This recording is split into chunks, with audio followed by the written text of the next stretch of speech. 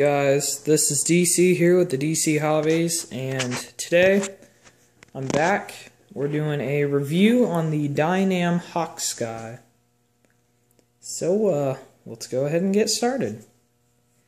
So this particular plane, I've had it for I've had it since winter, the start of winter, and I didn't really get to fly it at all during winter, so I built it and then it sat for a while. Yeah, I probably wasn't super good on it, but it is a plane, so I mean it can't be too terribly bad. But I just wanted to kind of go through the things. I've actually got it up in the air now and flown it, and just kind of wanted to share my thoughts on it, and yeah. So starting out, I'm just going to go ahead with the good things first, and then we'll just kind of go on down the list. So first of all, one of my favorite things is the radio that it comes with.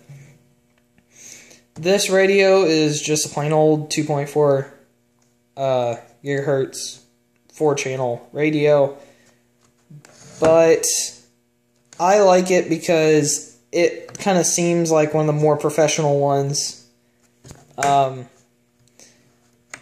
you turn it on, it basically, it's trying to look for the receiver, but it'll tell you what your power it says there, power indicator, but it tells you what the range is and or the battery life, which is pretty nice. It doesn't have an optional setup like the Super Cub's radio does, where this little switch right here where it says mode, it won't. Where it says mode, where like this is your throttle in this plane. That plane's just a 3-channel, and then you have your elevator and rudder. But then I think you can switch it over to where this is your throttle and rudder, and then this is just your elevator. So it's more like that radio over there. But I think that's probably one of the nicer things. And if we open it up, the receiver, I haven't taken it out. I thought about taking it out and putting it in some other planes, but I haven't. So, yeah. But I would call it a removable receiver. And then if you can see down in there, you've got all the cables that go in, so you can bind them. I believe that's aileron. No, that's elevator. But yeah.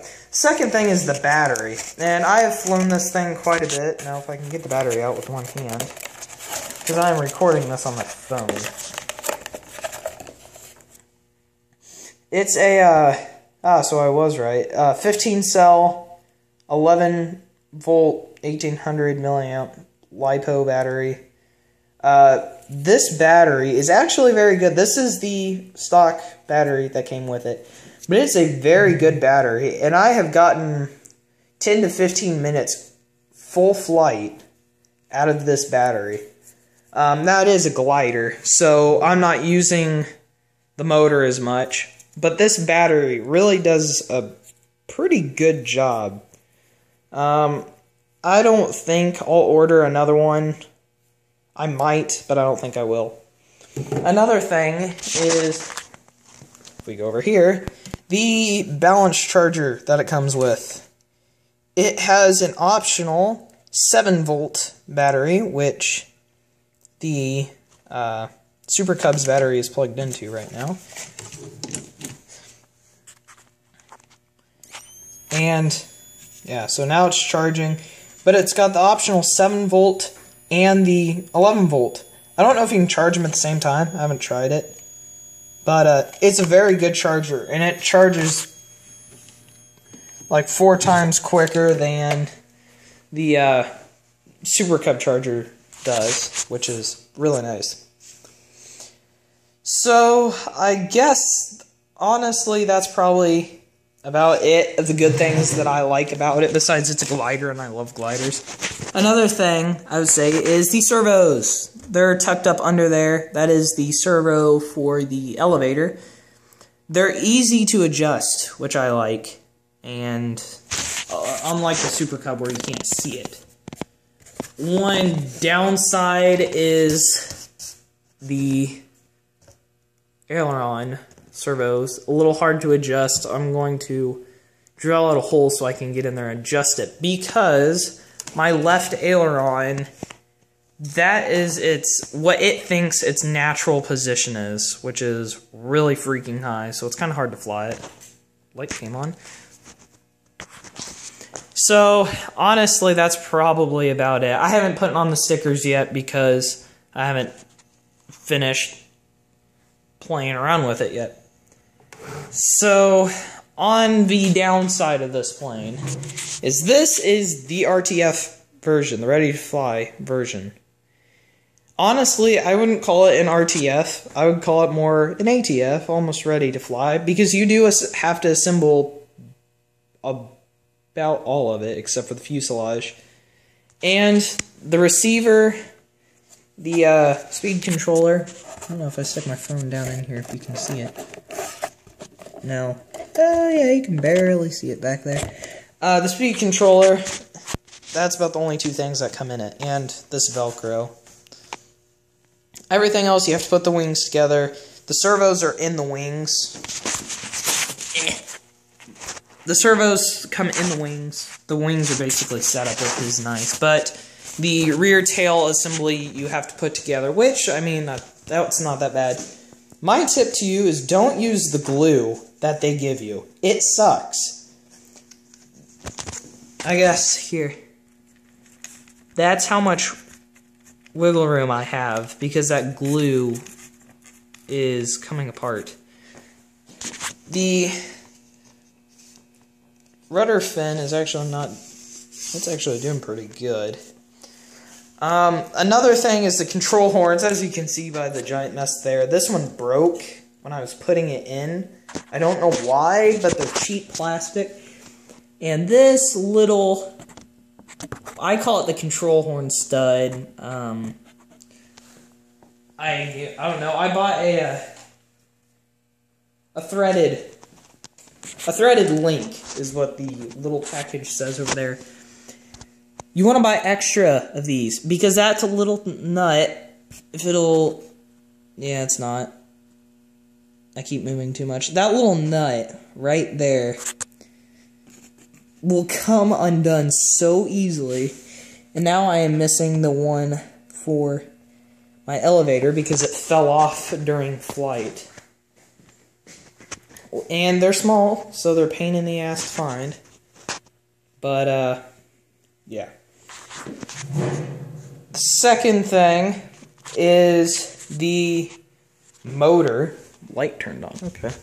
That's nice. The motor. The motor itself, you don't have to assemble. There's supposed to be a little cap that goes on this. Mine didn't come with that.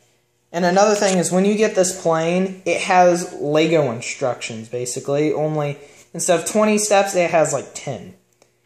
And it's really, this is where you have to just have a little bit of common sense. But missing parts is another big thing. There's supposed to be a little deal that goes here.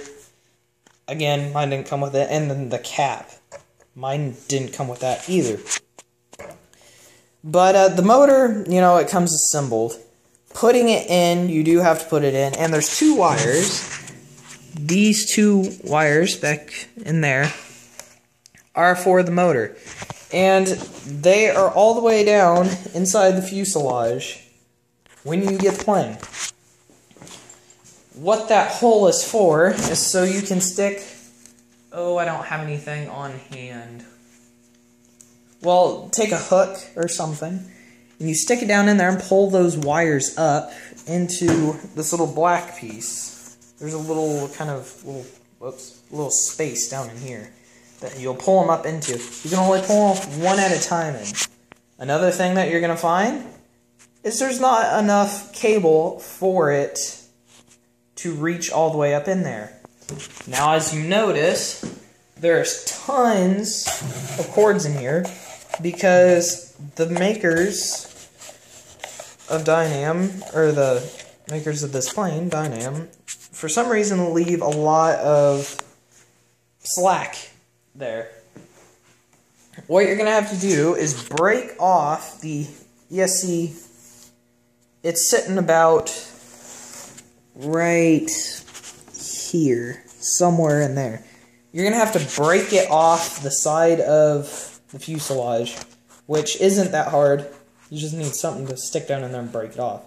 Then you can pull these wires up into it, and then you have plenty of, cord, so you can hook up your motor. Oh, actually, there's one plus thing. Then I'll probably throw in a lot of these. This motor is very, very good. I don't exactly know what kind of motor it is, but it is a very quick little thing. I guess we could hook it up real quick. If I can do it with one hand. I'm going to have to put you down for a second. Put you down next to the wheel. If I'll stay. Which then it's just going to do that.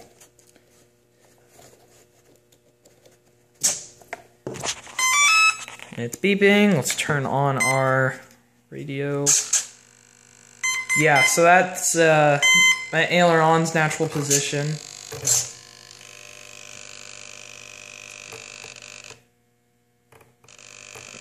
It's kind of a pain. Oh, and I like this, is the engine shut off. I can have this thing full throttle and then just flip it up and it will shut it off, which is really nice. So,